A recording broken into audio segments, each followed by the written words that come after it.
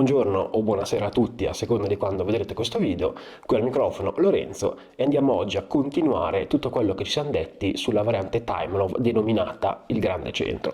Chiaramente abbiamo già detto che è una nostra maniera informale di chiamarla, non ha effettivamente una nomenclatura precisa, però ci eravamo detti già diverse cose, a dispetto appunto delle prime impressioni che può fare, in cui sembra che il bianco prenda un attacco quasi decisivo nelle prime mosse e che lascia il nero ben poco. Abbiamo invece sottolineato appunto questo aspetto a lungo termine della strategia del nero. Il nero vuole utilizzare tutta questa grande abbondanza di pedoni centrali da sfruttare soprattutto nel finale o anche nel medio gioco. L'ho visto la volta scorsa il piano appunto di formarsi un pedone passato forte in D4, sostenuto da C5. Abbiamo visto il modo in cui si può, diciamo, togliere dall'imbarazzo questo alfiere in C8, che almeno così dalle prime battute sembra non avere alcuna casa disponibile, ma abbiamo visto che dopo appunto D4 e C5 l'alfiere nero gioca molto bene sulla grande diagonale, quindi non ha assolutamente dei problemi. Oggi andiamo sempre ad analizzare quello che può essere chiamato un vantaggio a lungo termine del nero, però con delle mosse un po' diverse. Sempre standard, perché sono tipiche di questa struttura, ma comunque sia non rientrano appunto in quelle della volta scorsa. Infatti, vedete questa posizione che è per certi versi simile, nel senso che abbiamo semplicemente, a discapito dell'altra volta, il re in F8 che protegge, diciamo, il pedone in G7. Avevamo detto già la volta scorsa che con questa donna che fa pressione sulla colonna G dobbiamo prendere una decisione per il nostro pedone, che era sostanzialmente quella o di avanzare tramite G6 oppure di andarla a proteggere con Re F8. Quindi questa è già la prima differenza che vediamo nella posizione. Per tutte le altre invece non c'è assolutamente differenza, c'è la stessa struttura centrale, c'è lo stesso problema di A6, quindi il nostro alfiere non può andarsi agilmente perlomeno a cambiare con l'alfiere campochiaro del bianco, e per il resto completamente uguale. Quello che cambia qua questa volta è che il nero decide di iniziare perlomeno in maniera differente, cioè non opterà più per un piano con D4 o con C5, almeno nelle prime battute, perché appare un pochino, diciamo, lento in questo caso. Il bianco non ha già il pedone in C4, non ha già quella struttura della volta scorsa in cui si era già in qualche modo compromesso, aveva già stabilito un po' dove andavano i suoi pezzi. Qua rimane molto più flessibile e quindi il nero decide di giocare con una mossa all'apparenza stravagante, ma che è molto popolare in questo genere di posizioni, che è H5. Una mossa un po', se vogliamo, da motore, no? I motori, soprattutto quelli contemporanei, amano queste spinte laterali, però andiamo appunto a capire questa mossa e soprattutto decifrarne il suo senso, anzi i suoi molteplici sensi. Beh, innanzitutto diciamo che, visto che il bianco rimane molto flessibile, ha però un elemento che è un po' più deciso rispetto agli altri, ovvero la donna in G3. La donna in G3 comunque sia ha sia un pro, cioè fa pressione appunto su G7 e obbliga il nero a tenere sempre difesa questa casa, ma allo stesso tempo rimane un po' più esposta. Quindi la prima motivazione per cui si può giocare H5 è l'intento aggressivo H4 e, se il bianco ci lascia, magari anche H3 per andare un po' a rompere le scatole al re bianco. La seconda motivazione, forse molto più semplice, molto più banale, è quella semplicemente di prendere spazio. Perché no? Comunque sia, non può far male, perlomeno in questo tipo di posizioni, e è una mossa comunque sia che può essere completamente accettabile. Si prende un po' di spazio sul lato di re, soprattutto per manovrare. Qual è il pezzo che deve manovrare in questa posizione? La torre in H8, che l'abbiamo già visto un po' anche la volta scorsa, nel video precedente. È un pezzo che fino alla fine comunque non trova una precisa collocazione. Invece H5 serve anche a dare un senso alla torre, cioè la torre cosa vuole fare? Vuole giocare un po' con manovre tipo torre H6, torre G6, oppure se riusciamo a fare H4 magari giocare anche con torre H5, torre F5, cioè andarsi a sviluppare in maniera forse un po' più inconsueta rispetto al solito, no? Metterla su una colonna centrale o cose di questo tipo, però è comunque sia un modo efficace. L'ultimo motivo per cui H5 è molto sensata in questa posizione è quella di giocare per un G6 Re G7. Non è una strategia, un piano che minacci grandi cose, ma semplicemente va a chiarire la posizione del nostro re, da un po' più di sicurezza e soprattutto perché H5 è necessaria in questo caso, perché grazie ad H5 non dobbiamo mai preoccuparci delle minacce come alfiere H6. Se H5 non ci fosse ci sarebbero sempre un bel po' di problemi legati all'alfiere H6 con anche dei discreti attacchi al nostro re. Quindi per tutti questi motivi H5 in questa posizione è una buona mossa. Vediamo adesso come il bianco appunto ha deciso di giocarci contro. Beh, innanzitutto H3. H3 una mossa chiaramente che vuole impedire la completa avanzata del pedone, però chiaramente il nero non si lascia intimorire, gioca H4, ovviamente la mossa più scontata dopo aver giocato H5. Donna G4, e qui inizia un po' il nero a doversi domandare di nuovo come svilupparsi, nel senso che abbiamo detto che la torre può svilupparsi in H6 e in H5, però è anche vero che non è che c'è solamente una cosa da fare in qualsiasi tipo di posizione. Anche in qua il nero deve giocare un po' da ambedue i lati, in maniera tale da soppesare tutte le strategie e ottenere il massimo dalla propria posizione. Per questo il nero in questa posizione ha deciso di giocare con A5.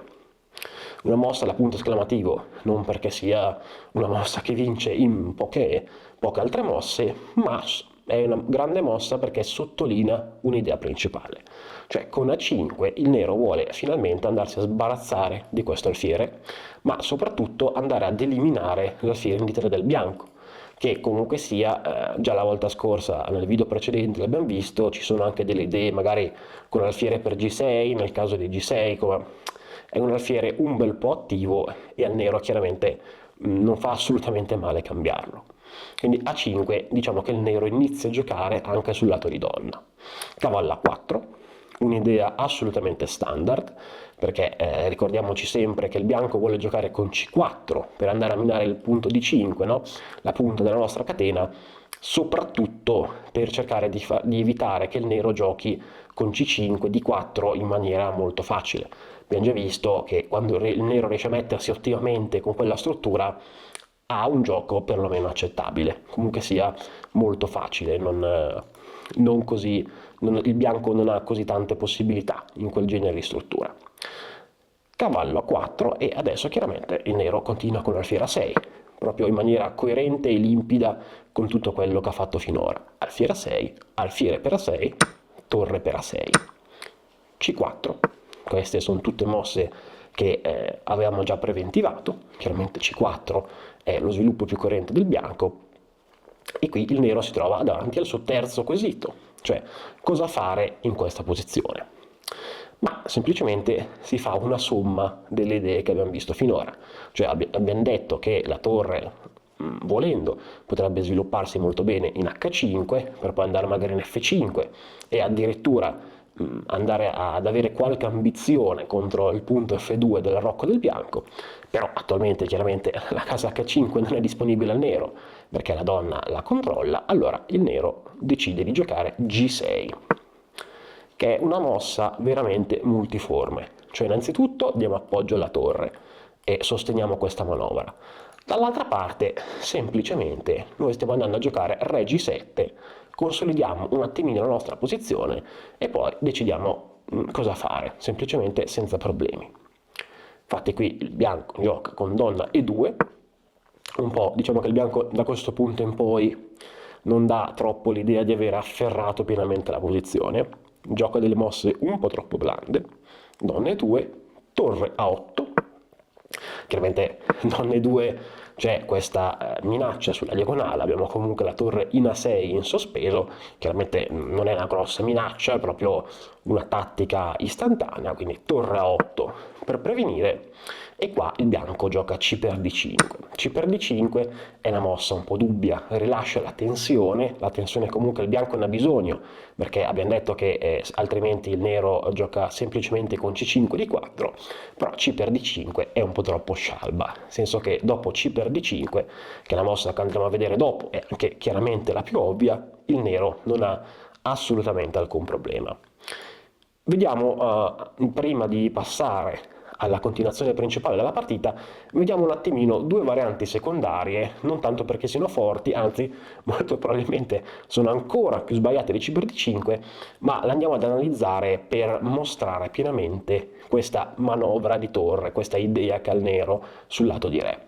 Infatti, anziché C per D5, per esempio, il bianco poteva giocare alfiere F4, che è una mossa che appare sensata perché comunque sia dà una diciamo, un sostenimento incredibile al pedone E5, ha qualche idea magari di giocare sulle case scure, come abbiamo visto nel video precedente dove invece c'era a volte grosso controgioco, però alfiere F4 si espone un po' troppo alla manovra della torre H5, una mossa per esempio adesso come torre C1, un po' normale, semplice, standard, torre F5.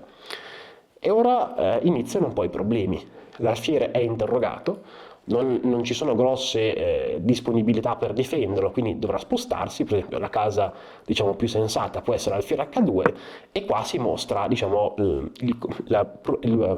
l'andare avanti del piano del nero, cioè cavallo C5. No, la prosecuzione del piano del nero. Cavallo C5 è una mossa veramente interessante perché il cavallo in A4 aveva un po' l'idea di far spingere il pedone in C4 e poi di tenere comunque sia un occhio su C5, che abbiamo visto essere una cosa importante. Cavallo C5 del nero diciamo che volge a suo favore questo aspetto dello schieramento del bianco. Perché? Perché cavallo C5, adesso chiaramente il cavallo in A4 è in sospeso, quindi dovrà o ritirarsi o cambiarsi. Poniamo che si cambi, cavallo per C5, alfiere per C5. E qua assolutamente la posizione è fantastica per il nero, perché il bianco non può giocare sulla scoperta dell'alfiere, perché ha un grande problema in F2. Ora F2 è veramente un problema sostenerlo, perché non si può muovere, è minacciato sia dalla torre che dall'alfiere, quindi assolutamente si dovrà giocare una mossa passiva per difenderlo. Ma arrivato a questo punto il nero ha una posizione assolutamente accettabile, anzi direi di vantaggio. Un'altra mossa che poteva fare, anziché C per D5 o anche alfiere F4, come abbiamo visto che è banalmente un errore, può essere per esempio B3. Una mossa che abbiamo già visto nel video scorso, c'era appunto questa struttura. Il bianco potrebbe scegliere questo ordine di mosse. Torre H5, andando a minare il pedone in E5, no? Cioè sia la torre che il cavallo, quindi bisogna prendere appunto una decisione. La decisione più naturale dopo B3 potrebbe essere alfiere B2 per andare a sostenere il pedone, ma a questo punto cavallo C5, sempre cavallo in C5. Si ottiene sempre lo stesso risultato di prima, con l'alfiere in C5 che punta appunto su F2, adesso torre a C1, torre a F5 e abbiamo lo stesso identico tema della scorsa variante. F2 è difficilissimo da difendere, si obbligherà il bianco alla passività e il nero a una partita, non dico vinta perché forse è un'esagerazione, però incredibilmente vantaggiosa. Questa è una posizione molto buona e nero deve essere soddisfattissimo di averla ottenuta. Torniamo a C per D5. Abbiamo detto che è una cosa un po' più blanda, però insomma abbiamo già visto due varianti alternative che non sembrano promettere molto di più sostanzialmente. C per D5, mossa ovvia, alfiere E3. Ora, alfiere E3, il nero chiaramente deve stare un attimino attento, perché chiaro, l'alfiere 3 sembra un po' stoppare la protezione che dà la donna e la torre sul pedone in E5, però non bisogna essere neanche troppo pigri col calcolo e con la visione, perché qua cavallo per E5 sarebbe chiaramente un errore. Alfiere di 4 con un controllo assolutamente eccellente sulla diagonale e soprattutto il cavallo che è inchiodato e attaccato da 3 pezzi contemporaneamente. Questa sarebbe un po' una disfatta per il nero, una disattenzione un po' troppo grave da riparare.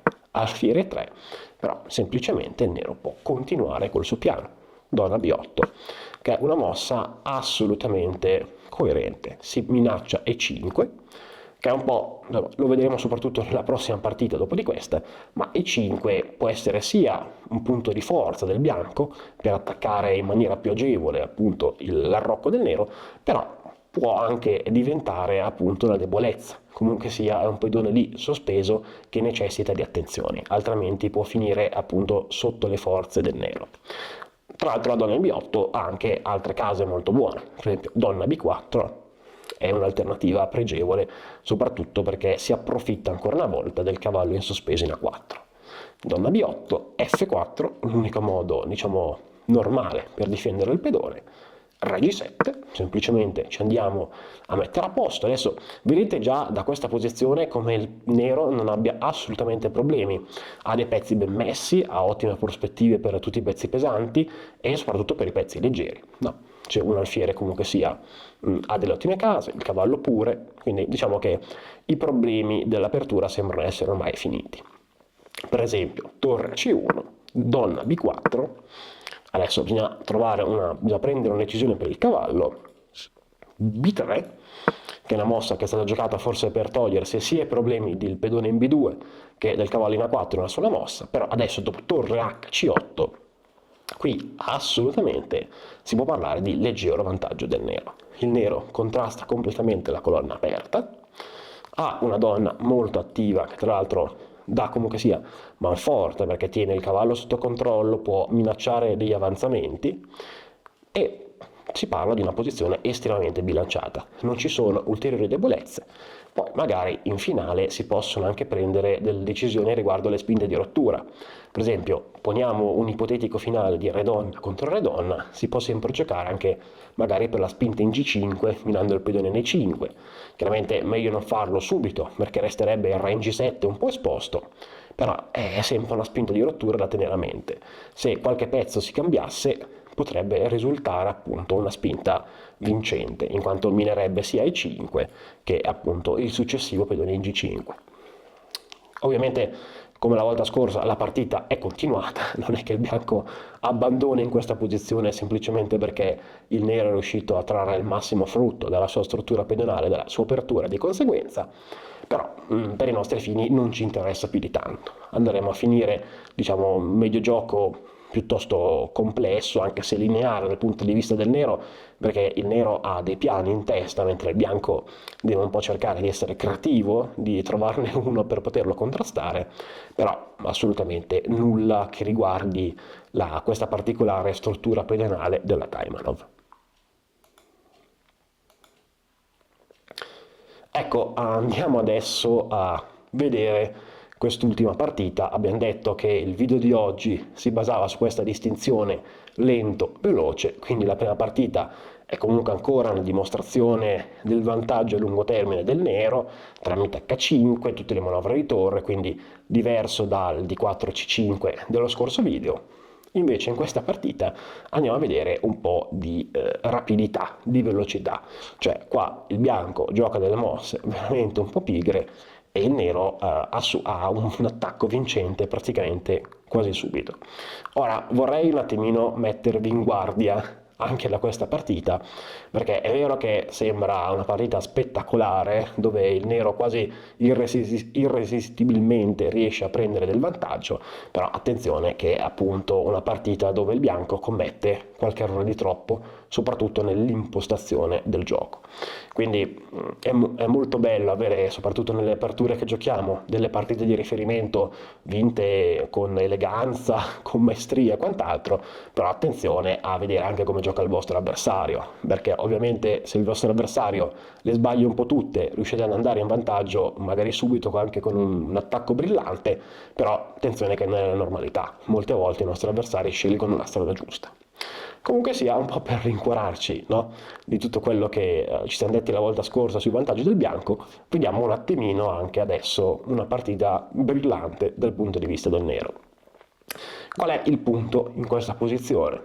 Che sembra tutto identico, cioè il pedone 5, questa struttura chiaramente dei pedoni c'è sempre, è quella che stiamo studiando, del resto questo alfiere in B7 sembra veramente un po' sospetto, anche se possiamo già intravedere la sua azione, no? Adesso sappiamo benissimo che questa diagonale può aprirsi in questa struttura, non è fissa, quindi c'è della speranza per questo alfiere, però insomma, qual è l'elemento veramente che distingue questa posizione dalle altre due, sia che abbiamo visto in questo video sia nel precedente, che c'è un alfiere in F8. Quindi cos'è che cambia? Che la casella in G7 è già difesa.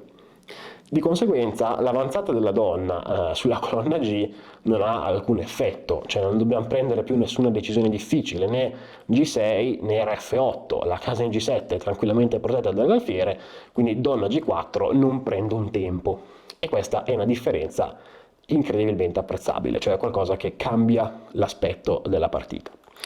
Ora, cosa fa il bianco? Beh, il bianco gioca semplicemente con le sue mosse standard. Prima mossa, cavallo A4, molto buona. Cavallo A4, si prepara C4 e il bianco non cambia nulla, non prende alcuna decisione alternativa. Chiaramente il nero, come abbiamo visto nel primo video, continua col suo solito piano, non ha alcun motivo di fare qualcosa di diverso da C5, può farla assolutamente ben sostenuta, cioè sia l'alfiere che il cavallo, e si può preparare D4 ottenendo la solita struttura pedonale con questo bel pedone centrale. C4, D4, stessa struttura dello scorso video. Ora il bianco gioca ancora in maniera pigra, cioè continua con B3, una mossa che non coglie bene il punto della situazione, e qui il nero appunto va avanti col suo piano, cioè donna C7. Questa mossa è assolutamente coerente con tutto quello che ci siamo detti. In primo luogo inizia a mostrare le debolezze di E5, cioè qua E5 inizia a essere un attimino sotto troppe attenzioni del nero. In secondo luogo, come abbiamo già visto, la donna ha anche un grande ruolo sulla grande diagonale, la diagonale A8, H1. Quindi l'idea qual è? Quella di giocare donna C6, anche perché, come abbiamo visto poi dal video scorso, ci sono anche tutti i temi di A4 volendo, no? Adesso c'è il cavallo, però poi in futuro, soprattutto con una struttura pedonale, con i pedoni A2, B3, C4, aver sempre, grazie alla donna in C6, la possibilità di giocare a 5 A4 per distruggere la struttura è assolutamente molto buono. Ora, ecco qua, già volevo farvi vedere anche, volevo farvi mostrare anche questo aspetto. Cioè, a differenza della volta scorsa, il bianco non ha più un chiaro modo, per esempio, per arrivare alla spinta B4, che era il grande tema dello schieramento bianco di questa posizione, di questa struttura con questi pedoni. Quindi qua risulta tutto molto lento, cioè il nero sembra veramente avere un gioco molto più semplice e affronta chiaramente molti meno problemi rispetto alla partita del video scorso. Qua assolutamente si gioca con alfiere E4. Alfiere E4 è una mossa veramente un po' senza idee. Chiaramente si scambiano gli alfieri, alfiere per E4, torre per E4, ma assolutamente non c'è nulla in questa posizione, perché il nero può continuare tranquillamente col suo piano. L'unica cosa che non deve stare attento, un po' come abbiamo detto prima, è appunto non cadere nelle mosse pigre. Cioè qua uno dice, vabbè, c'è il pedone in E5 completamente sotto, cavallo per E5, attenzione a questi calcoli un po', come dire, storpiati, bisogna andare fino in fondo, fino a che non abbiamo chiaro in testa cosa può risultare da una determinata posizione, perché qua cavallo per E5, alfiere F4 e praticamente dobbiamo abbandonare, cioè tenere questo cavallo in maniera opportuna, senza dei grandi indebolimenti, è praticamente impossibile. Quindi questo forse, ecco, abbandonare un po' esagerato, però ci siamo vicini. Ecco, alfiere 4 l'ho mostrata come prima scelta perché uno può dire, vabbè, un po' senza idee, il bianco gioca un po' in difesa, in controbattuta, però è meglio di quello che è stato giocato in partita, perché in partita, dopo donna C7, il bianco gioca alfiere S4, una mossa già molto dubbia, perché allora l'idea chiaramente è quella di proteggere il pedone E5, molto naturale, sviluppando un pezzo. Però di che cosa non si avvede il bianco? Beh, un po' della geometria della scacchiera, perché è chiaro che può esserci questo errore psicologico, un po' psicologico, cioè l'alfiere in F4 minaccia a raggi X la donna, e questo è vero, però c'è anche da dire l'opposto, cioè questo alfiere in F4 non è protetto da nulla, quindi come l'alfiere minaccia a raggi X la donna, anche la donna minaccia a raggi X l'alfiere. È un po' uno stallo alla messicana, quindi bisogna stare molto attenti. E il primo ad approfittare di questa geometria diagonale è il nero. Infatti il nero qua cosa fa? Gioca F5, mossa veramente forte. Innanzitutto abbiamo sfruttato la geometria in maniera tale da togliere l'en passant come cattura. Il bianco non può giocare E per F6 perché l'alfiere è banalmente in presa, non si può fare nient'altro.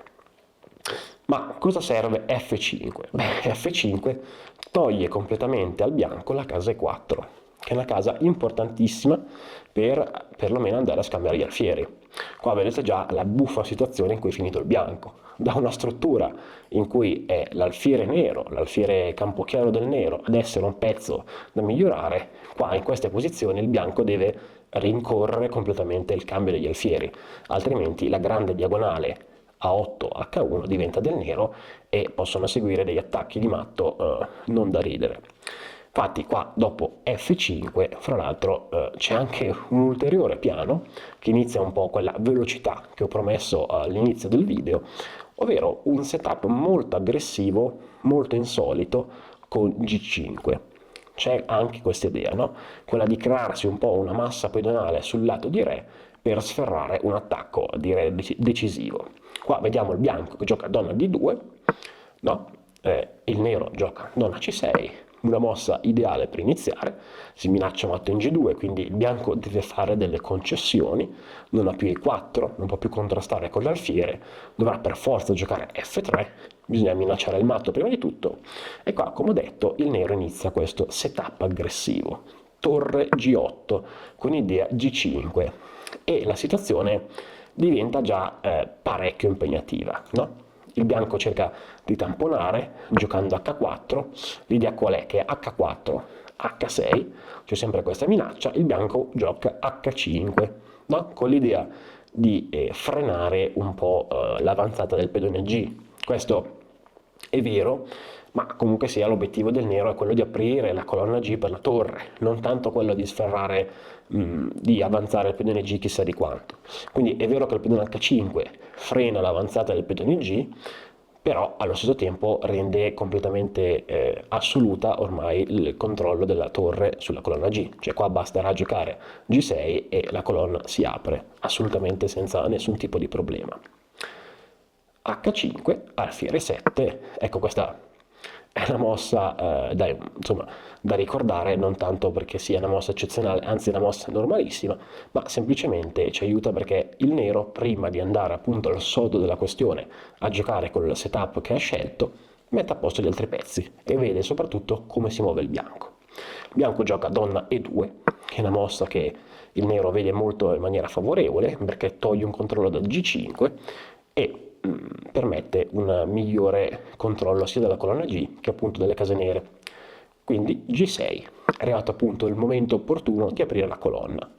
Qua chiaramente non c'è molto da vedere, molto da fare, la situazione pedonale è chiara, chiarissima, cioè se lascia il tempo al nero di fare quello che vuole, il nero mangerà, si aprirà la colonna, quindi il bianco non ha nessun'altra motivazione per non giocare H per G6, almeno per tenersi il pedone. E qua, come prima abbiamo evidenziato alfiere E7, no? Come mossa da fare in preparazione all'attacco che verrà, anche qua c'è una mossa da cui imparare davvero tanto. Cioè qui magari molti giocherebbero torre per G6 in maniera istantanea, ma il nero in questa partita, che tra l'altro non è niente proprio di meno che Ivanchuk, gioca a cavallo F8. Una mossa tra virgolette di motivazione semplice, non ha grosse analisi dietro, ma ha un grosso senso, cioè quella di portare un altro pezzo all'attacco. Cioè, chiaramente stiamo attaccando sul lato di Re, concentriamo più pezzi possibili. Cavallo F8 va in questa direzione. Il bianco può provare G7, in maniera tale su torre per G7 di giocare alfiere per H6, ma qui torre G8, semplice semplice. Teniamo il controllo sulla colonna G e iniziamo ad ammassare tutti i nostri pezzi sul lato di Re. Alfiere per F8, qua ecco, questa è una posizione interessantissima perché molti prenderebbero di alfiere o magari di torre in maniera molto semplice, ma Ivanchuk ci mostra una terza alternativa decisamente coraggiosa, Re per F8. Re per F8 è una mossa interessantissima. Forse molti avrebbero pensato che il Re sarebbe stato meglio arroccando lungo, ma in realtà Re per F8 Ivanchuk calcola che Re in F8 è ancora più al sicuro che sull'arrocco lungo. perché comunque sia il nero è padrone del lato di re in questa determinata posizione, e soprattutto i pezzi del bianco non hanno un chiaro modo per andare ad attaccare il re nero. Quindi c'è questa scelta forse coraggiosa, però estremamente sensata. Re F1, ecco, il bianco inizia un po' a sentire l'odore del sangue, quindi inizia un po' a spostare il re, cercare di farlo emigrare sul lato di donna, magari spostando la donna, poi cercando di giocare magari Re 2, facendolo andare da qualche parte, ma il nero non gli lascia il tempo. Torre H8, donna F2, chiaramente si inizia questa manovra e si parlano un po' le idee con torre H1, ma qui il nero gioca in maniera davvero precisa. Donna C7, andando a minacciare il pedone N5, non perché si minacci effettivamente perché la torre lo protegge, ma è una mossa un po' di profilassi, perché si impedisce al re bianco di andare N2. Chiaramente toglierebbe il range alla torre e quindi il nero andrebbe a mangiare con scacco il pedone N5. Quindi bianco adesso deve prendere un altro tipo di decisione, non può più andare a spasso con re N2, donna G3, protegge un'altra volta E5 e minaccia qualche entrata. Infatti se adesso il nero si lasciasse un po' troppo affascinare da questa diagonale, magari giocando un alfiere H4, uno dice vabbè, prendo la qualità, e questo purtroppo andrebbe un po' a rovinare tutta la partita, perché donna G6 sarebbe chiaramente una mossa molto difficile a cui far fronte, perché alfiere per 1 sembra andare a guadagnare la qualità, ma qua semplicemente donna F6, re G8, donna per E6, e ci sono veramente tanti problemi da risolvere. Cioè, non è che la partita sia subito vinta per il bianco, però si è completamente girata a suo favore. Qua il nero non ha assolutamente niente. Bisogna fare quindi un minimo di attenzione, quindi donna G3, non lasciarsi tentare subito dal fiere H4, ma torre H6. Torre H6 è una mossa molto forte, toglie l'ingresso che abbiamo visto dalla donna in G6 e inizia a preparare tutti i raddoppi. Quindi donna F4, cercare di fare qualcosa, re G7, re E2, il re bianco cerca di scappare dall'altra parte della scacchiera per evitare tutto il resto degli attacchi, torre A H8, torre G1, qua chiaramente sono tutte botte e risposta degli due schieramenti, il nero cerca di appunto creare la batteria, il bianco cerca di difendersi come può. Torre G6, G4, alfiere G5. Qua insomma la partita si vede che sta iniziando a finire perché il bianco non ha più assolutamente alcuna idea concreta, non sta più dando problemi, sta praticamente venendo trattato come un sacco da box, il nero si mette alla perfezione e il bianco non sta solamente difendendo o facendo delle piccole mossettine per cercare di sfuggire dall'attacco. Però oramai non c'è più nulla di costruttivo da fare. Qua si ripete un attimino, chiaramente stiamo sempre giocando non magari con troppo tempo, perché i giocatori, questa è la 32esima mossa, potrebbero avere, come dire, essere in problemi di tempo, quindi si prendono un attimino grazie all'abbuono, però donna G3 adesso diciamo che il metodo vincente di certo non scappa ad uno come Ivanchuk in questa posizione. F4 e si vince 5 con scacco, e questa è una situazione davvero drammatica.